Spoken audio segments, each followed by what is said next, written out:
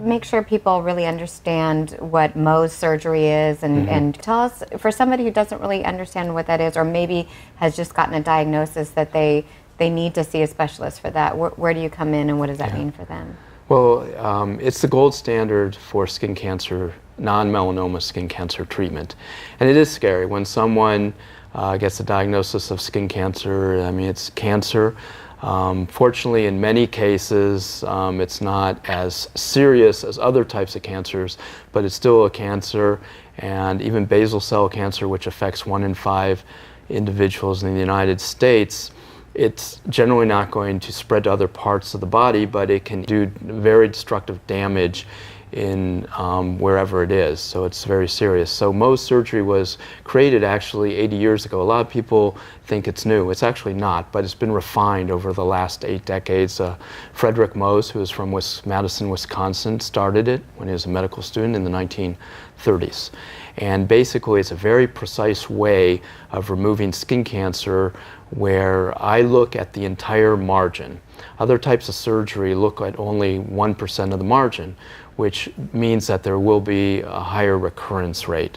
So if I'm looking at the entire margin while the patient waits, then I'll know if something's positive. If something's positive, I microscopically map it, and I'll know exactly where it's positive, and then I'll just numb the patient up again, and this is all outpatient, and then I'll take a small piece.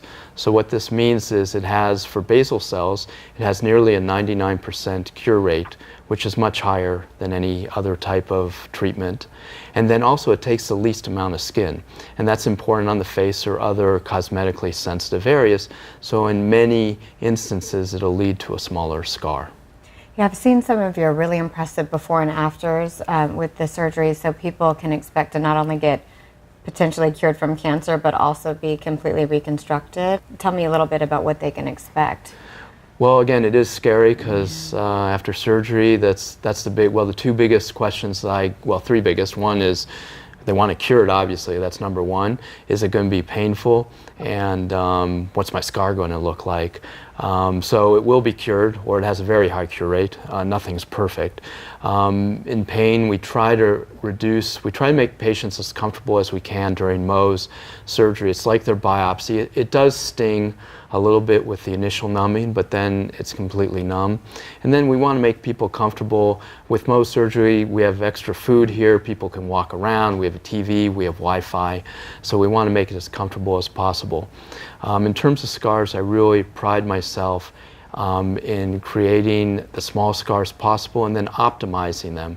And that's where my combination training of otolaryngology, dermatology, and then a fellowship in Mohs surgery and cosmetic surgery comes in handy. And that's also where my cosmetic eye, and I do a lot of cosmetics, really is important for scars. It's in the technique and suturing, but then also I follow my patients. And many physicians may wait a year until they revise a scar. I only wait 3 months because I know the patients are anxious. If I need to revise a scar, which is generally uncommon, knock on wood, is that I have lasers because I do many cosmetic procedures. So I have many tools at my disposal to really optimize your scar and try to make it as non-noticeable as possible. Are there common places that this happens? I recently, a friend of mine had it on her cheek. So is that because of the sun exposure, probably? Right. So skin cancer and even melanoma, although melanoma has more of a genetic predisposition, but both basal cell and squamous cell in particular are really because of long-term sun exposure. And generally your face is the one that's exposed, and your nose, 25% of the skin cancers on the face are on the nose because that's what's exposed most. So really people need to wear sunblock. I recommend sunblock with titanium dioxide or zinc oxide rather than sunscreens. And reapplication is very important, hats. There's some people who want their patients not to go outside at all. I'm not with that. We live in California. You need to enjoy yourself, exercise, and being outside is great. You just need to be wise about it and maybe not do heavy-duty activities between 11 and 3 and just cover yourself. And vitamin D is very important. So there needs to be a balance. Right. So getting vitamin D from the sun is, it's important versus a pill. Yeah. it's important. So with the Mohs, I'm curious because some of the before and afters I saw, there were pretty extensive reconstructions in some cases. So at what point do they get turned over to you? Do they get a diagnosis from a different type of doctor, or they go to you if they have signs? I mean, and what should they be looking for in terms of signs? Well, the patients come to me both. I either diagnose the skin cancer because I have a full service, aside from my cosmetics, I have a full service, what we call cutaneous oncology, but skin cancer practice where I'll diagnose it, but also treat it because I can excise it or cut it out. I can do Mohs, or we also offer electronic brachytherapy, which is a superficial office-based form of radiation, and it's safe in the office, and it also has a good cure rate without pain or without needles. Although Mohs is still the gold standard. So I either have patients referred to me by other dermatologists or primary care, where I'll do Mohs surgery, or I'll diagnose it, and if it's appropriate, then I will perform the Mohs surgery on them.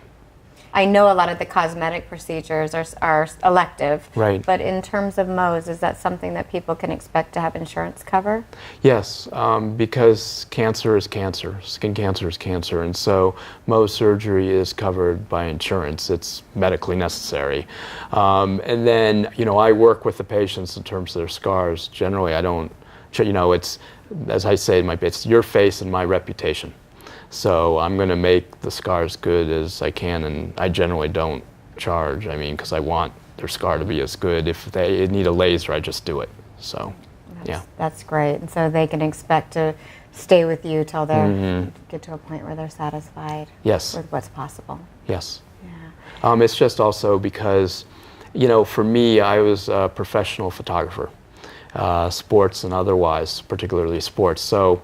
It's my eye, and that helps me from a cosmetic standpoint and just a reconstruction standpoint, that I'm able to see things in great detail. And so I want it to be as perfect as it can.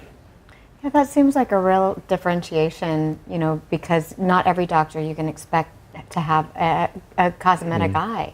So that seems like a wonderful thing that you bring to the table, along with your demeanor, because it is a stressful, in this particular case, a stressful situation with unknown variables. To have somebody who knows so much about it and have such great experience and clearly case studies to prove it out, they're in good hands with you.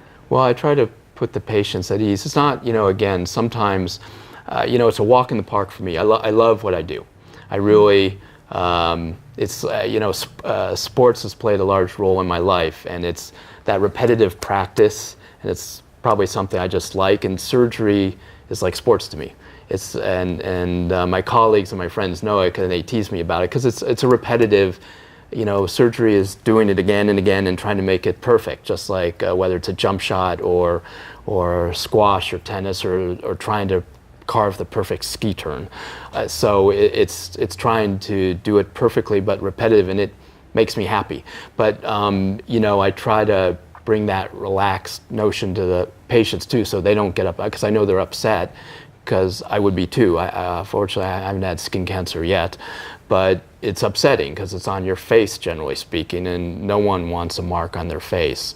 So I try to put them at ease, and I play music and joke around, and again, we try to make patients as comfortable as possible with extra food and TV, and just make them relaxed. From the reconstruction standpoint, just because of my background of multiple different areas of training, that multidisciplinary ENT, I learned a huge amount there, and then dermatology, and then my fellowship with a really outstanding, world-renowned Mohs surgeon named Ramon down at UCLA really taught me a lot. And then being at Stanford and just having my background in photography just allows me to see things and reconstruct in a more innovative manner. So that kind of differentiates me a little bit.